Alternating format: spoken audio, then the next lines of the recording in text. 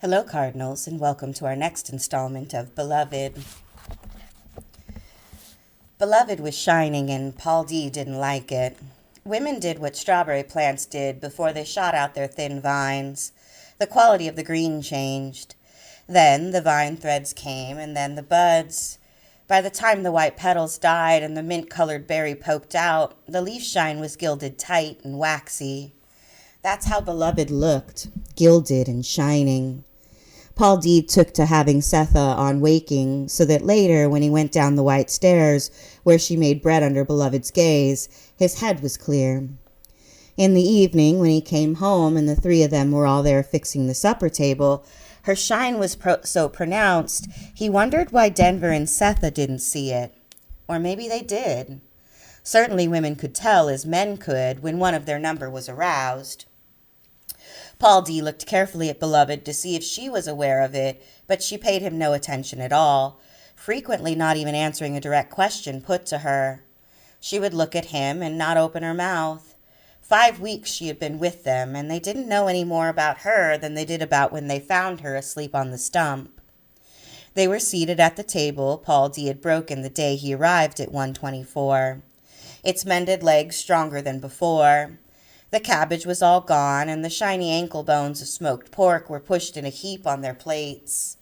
Setha was dishing up bread pudding, murmuring her hopes for it, apologizing in advance the way veteran cooks always do. When something in Beloved's face, some pet-like adoration that took a hold of her as she looked at Setha, made Paul D speak. "Ain't you got no brothers or sisters?" Beloved diddled her spoon and did not look at him. "I don't have nobody." "What was you looking for when you came here?" he asked her. "This place. I was looking for this place I could be in." "Somebody tell you about this house?" "She told me. When I was at the bridge, she told me." "Must be somebody from the old days," Setha said. "The days when 124 was a way station, where messages came and then their senders, where bits of news soaked like dried beans in spring water until they were soft enough to digest." "How'd you come? Who brought you?" Now she looked steadily at him, but did not answer.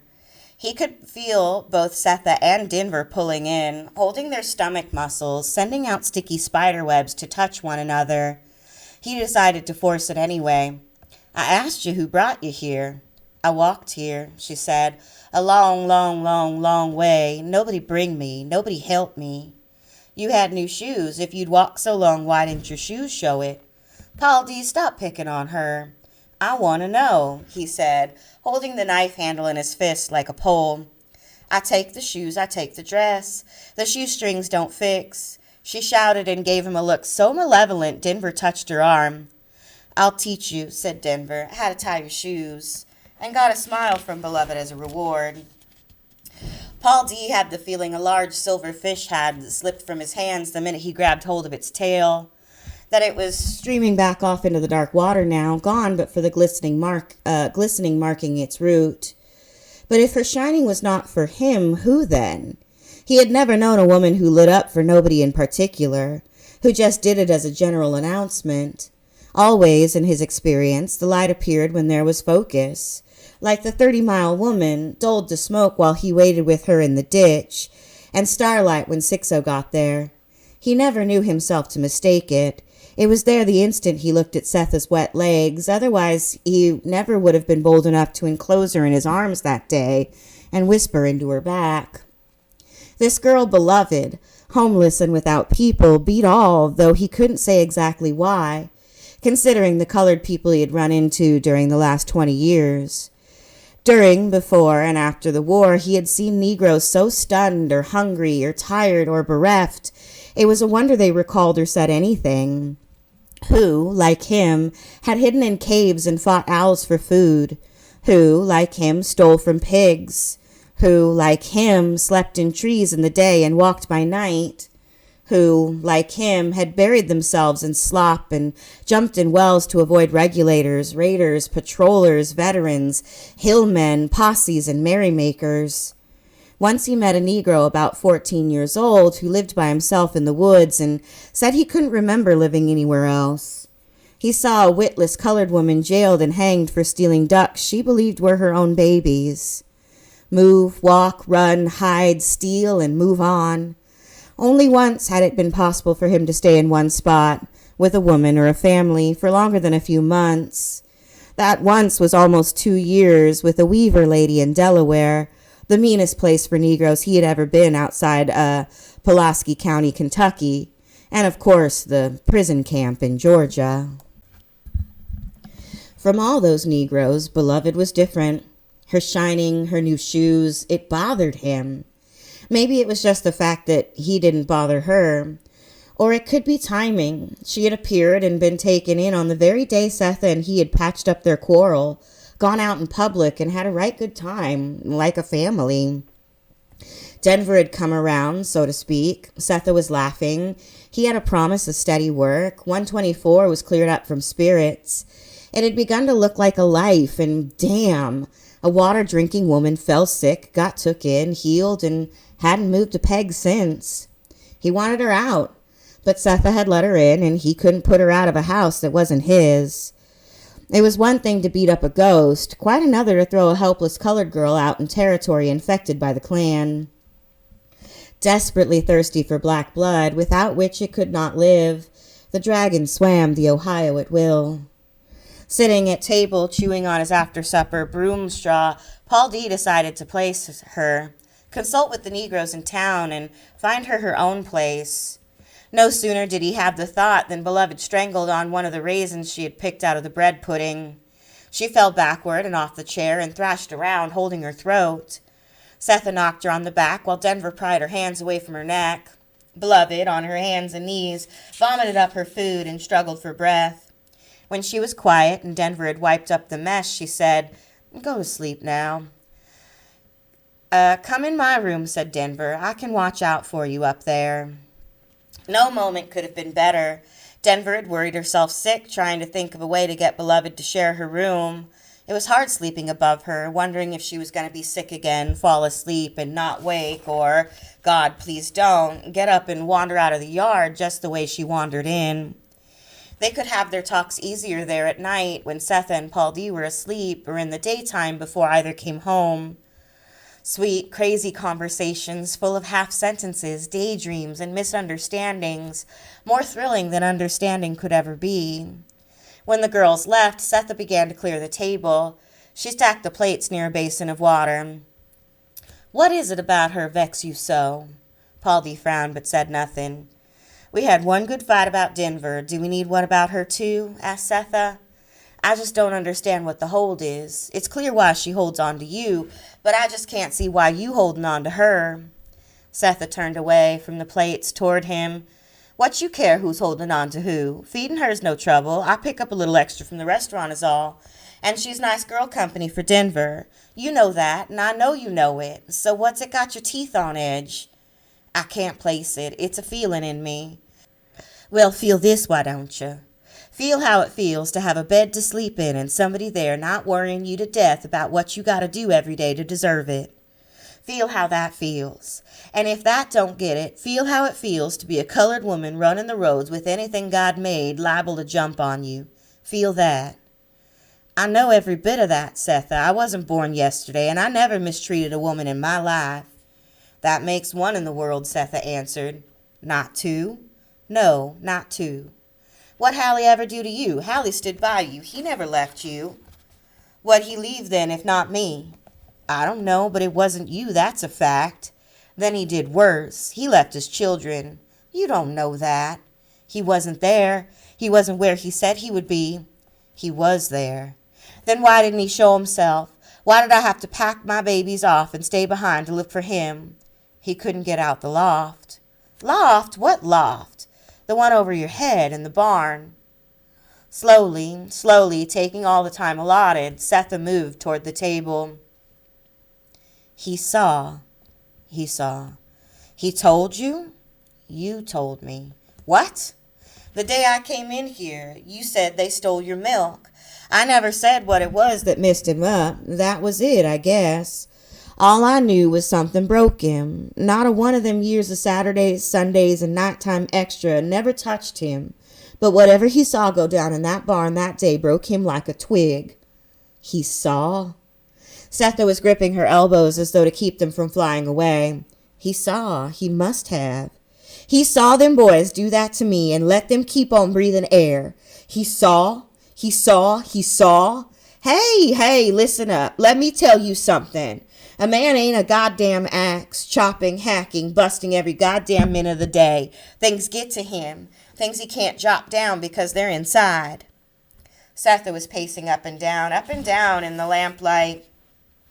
The underground agent said by Sunday, they took my milk and he saw it and he didn't come down.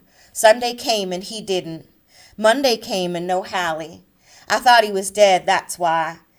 Then I thought they caught him, that's why. And then I thought, no, he's not dead, because if he was, I'd know it. And then you'd come here and tell me after all this time, and you didn't say he was dead because you didn't know either. So I thought, well, he just found him another better way to live. Because if he was anywhere near here, he'd come to Baby Suggs, if not to me. But I never knew he saw. What does that matter now? If he is alive and he saw, he won't step foot in my door. Not Hallie. It broke him, Setha. Paul D. looked up at her and sighed. You may as well know it all. Last time I saw him, he was sitting by the churn and he had butter all over his face. Nothing happened, and she was grateful for that. Usually, she could see the picture right away of what she heard, but she could not picture what Paul D. said. Nothing came to mind. Carefully, she passed on to a reasonable question. What did he say? Nothing. Not a word? Not a word. Did you speak to him? Didn't you say anything to him? Something? I couldn't, Setha. I just couldn't. Why? I had a bit in my mouth. Setha opened the front door and sat down on the porch steps. The day had gone blue without its sun, but she could still make out the black silhouettes of trees in the meadow beyond. She shook her head from side to side, resigned to her rebellious brain. Why was there nothing it refused? No misery, no regret, no hateful picture too rotten to accept. Like a greedy child, it snatched up everything. Just once, could it say, no thank you? I just ate and can't hold another bite. I'm full, goddammit, of two boys with mossy teeth, one sucking on my breast, the other holding me down, their book-reading teacher watching and writing it up. I'm still full of that, goddammit. I can't go back and add more. Add my husband to it, watching above me in the loft, hiding close by, the one place he thought nobody would look for him, looking down on what I couldn't look at all, and not stopping them, looking and letting it happen. But my greedy brain says, oh, thanks, I'd love more, so I add more. And no sooner than I do, there's no stopping. There's also my husband squatting by the churn, smearing butter as well as its clabber all over his face, because the milk they took is in his mind. And as far as he's concerned, the world may as well know it. And if he was that broken then he's also and certainly dead now. And if Paul D. saw him and could not save and comfort him because the iron bit was in his mouth, then there's still more that Paul D. could tell me, and my brain would go right ahead and take it and never say no thank you. I don't want to know or have to remember that. I have other things to do. Worry, for example, about tomorrow, about Denver, about beloved, about age and sickness, not to speak of love. But her brain was not interested in the future. Loaded with the past and hungry for more, it left her no room to imagine, let alone plan for the next day. Exactly like that afternoon in the Wild Onions, when one more step was the most she could see of the future. Other people went crazy. Why couldn't she? Other people's brains stopped, turned around, and went on to something new, which is what must have happened to Hallie. And how sweet that would have been, the two of them back by the milk shed, squatting by the churn, smashing cold, lumpy butter into their faces with not a care in the world, feeling it slippery, sticky, rubbing it in their hair, watching it squeeze through their fingers. What a relief to stop it right there. Close, shut, squeeze the butter. But her 3 children were chewing sugar teat under a blanket on the way to Ohio, and no butter play would change that. Paul D. stepped through the door and touched her shoulder. I didn't plan on telling you that. I didn't plan on hearing it. I can't take it back, but I can leave it alone, Paul D said. He wants to tell me, she thought. He wants me to ask him about what it was like for him, about how offended the tongue is held down by iron, how the need to spit is so deep you cry for it. She already knew about it, had seen it time after time in the places before Sweet Home. Men, boys, little girls, women. The wildness that shot up in the eye the moment the lips were yanked back. Days after it was taken out, goose fat was rubbed in the corners of the mouth, but nothing to soothe the tongue or take the wildness out of the eye. Setha looked up into Paul D's eyes to see if there was any trace left in them. People I saw as a child, she said, who'd had the bit always looked wild after that. Whatever they used it on them for, it couldn't have worked because it put a wildness where before there wasn't any. When I look at you, I don't see it. There ain't no wildness in your eye nowhere. There's a way to put it in there and there's a way to take it out. I know 'em both, and I haven't figured out yet which is worse. He sat down beside her. Setha looked at him. In that unlit daylight, his face, bronzed and reduced to its bones, smoothed her heart down. You want to tell me about it? She asked him. I don't know. I never talked about it, not to a soul. Sang it sometimes, but I never told a soul. Go ahead, I can hear it. Maybe you can hear it. I just ain't sure I can say it, and say it right, I mean, because it wasn't the bit. That wasn't it. What then? Setha asked. The roosters, he said. Walking past the roosters, looking at them, looking at me. Setha smiled. In that pine? Yeah, Paul D smiled with her. Must have been 5 of them perched up there and at least 50 hens. Mister too? Not right off, but I hadn't took 20 steps before I seen him. He come down off the fence post there and sat on the tub. He loved that tub, said Setha, thinking. No, there's no stopping now. Didn't he? Like a throne. Was me took him out the shell, you know. He'd have died if it hadn't been for me. The hen had walked off with all the little hatch peeps trailing behind her, and there was this one egg left, looked like a blank, but then I saw it move, so I tapped it open, and here comes Mister, bad feet and all. I watched that son of a bitch grow up and whoop everything in the yard. He always was hateful, Setha said. Yeah, he was hateful all right, bloody too and evil, crooked feet flapping, comb as big as my hand and some kind of red. He sat right there on the tub looking at me. I swear he smiled. My head was full of what I'd seen of Hallie a while back. I wasn't even thinking about the bit, just Hallie and before him Sixo. But when I saw Mister, I knew it was me too. Not just them, me too. One crazy, one sold, one missing, one burnt, and me licking iron with my hands crossed behind me, the last of the Sweet Home men. Mister, he looked so free, better than me, stronger, tougher. Son of a bitch couldn't even get out the shell by himself, but he was still a king, and I was... Paul D stopped and squeezed his left hand with his right. He held it that way long enough for it and the world to quiet down and let him go on. Mister was allowed to be and stay what he was, but I wasn't allowed to be and stay what I was. Even if you cooked him, you'd be cooking a rooster named Mister. But wasn't no way I'd ever be Paul D again, living or dead. Schoolteacher changed me. I was something else, and that something was less than a chicken sitting in the sun on a tub. Setha put her hand on his knee and rubbed. Paul D had only begun. What he was telling her was only the beginning, when her fingers on his knee, soft and reassuring, stopped him. Just as well, just as well. Saying more might push them both to a place they couldn't get back from. He would keep the rest where it belonged, in that tobacco tin buried in his chest where a red heart used to be. Its lid rusted shut. He would not pry it loose now in front of this sweet, sturdy woman, for if she got a whiff of the contents, it would shame him. And it would hurt her to know that there was no red heart bright as Mister's comb beating in him. Setha rubbed and rubbed, pressing the work cloth and the stony curves that made up the knee. She hoped it calmed him as it did her, like kneading bread in the half-light of the restaurant kitchen before the cook arrived, when she stood in the space no wider than a bench's long, back behind and to the left of the milk cans, working dough. Nothing better than that to start a day's serious work of beating back the past.